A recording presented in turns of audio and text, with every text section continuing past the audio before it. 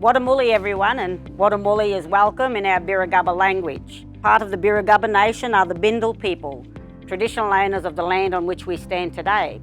So on behalf of my elders, past, present and emerging, I welcome each and every one of you to country.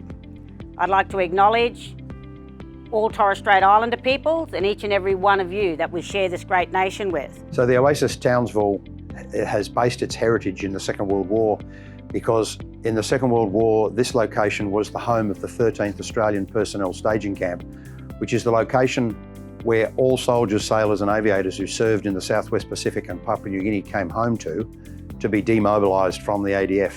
So we've given ourselves this heritage of doing what they did in the Second World War. We designed the facility with some of those features, and we're naming all of the huts after personnel who served in the Second World War. Today, we named one of the huts the Charles Alley Hut.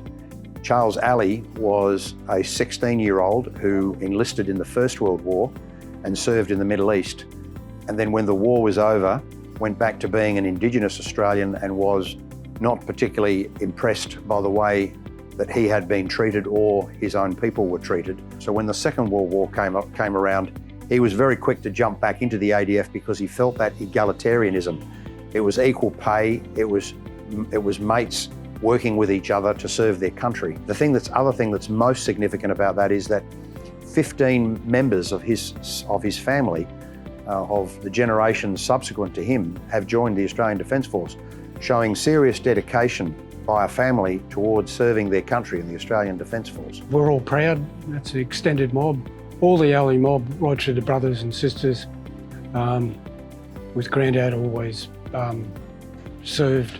The legacy that Grandad has left for the family, not only the pride that we feel in his active service and what he did for this country, the inspiration that he provided for the young people of today. It was a testament to his strength and his character that he made things happen for himself and the family.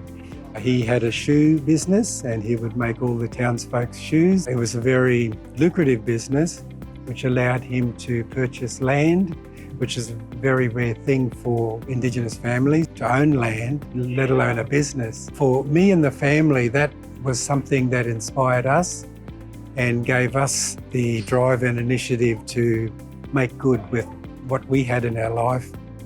So today we were privileged to have people from his family from all over Australia. We had many of them coming from as far away as Darwin, Rockhampton and Sydney to come to this ceremony. Many of them were just here to find out what it was we were honouring, and were very honoured themselves to realise that their ancestor, Charles Alley, was being honoured by having a hut named after him at the Oasis Townsville, particularly having understood what it was the Oasis does to support veterans and their families in Townsville. Everyone had a job to do, especially in those World War I and World War II, where the whole country was at war.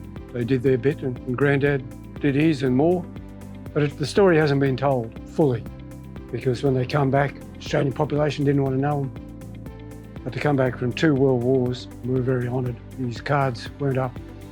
He survived. This is a great time. Oasis is putting it out there, and that might bring other people forward to show other people the true story of what soldiers and their families had to deal with throughout all these wars and conflicts. So one of the things that makes it significant that we've named a hut after an Indigenous soldier is that there are a large number of Indigenous soldiers who serve in the Australian Defence Force. And as was pointed out by Uncle Brian today, a number of them have felt like they feel as though they're part of a brotherhood when they're in the service, but when they're out of the service, it's not quite the same. So having a community centre like the Oasis, we're getting an increasing number of Indigenous soldiers, both serving and ex-serving, who are finding this a safe and respected place to come to seek the same support that the rest of the soldiers, sailors and aviators are seeking.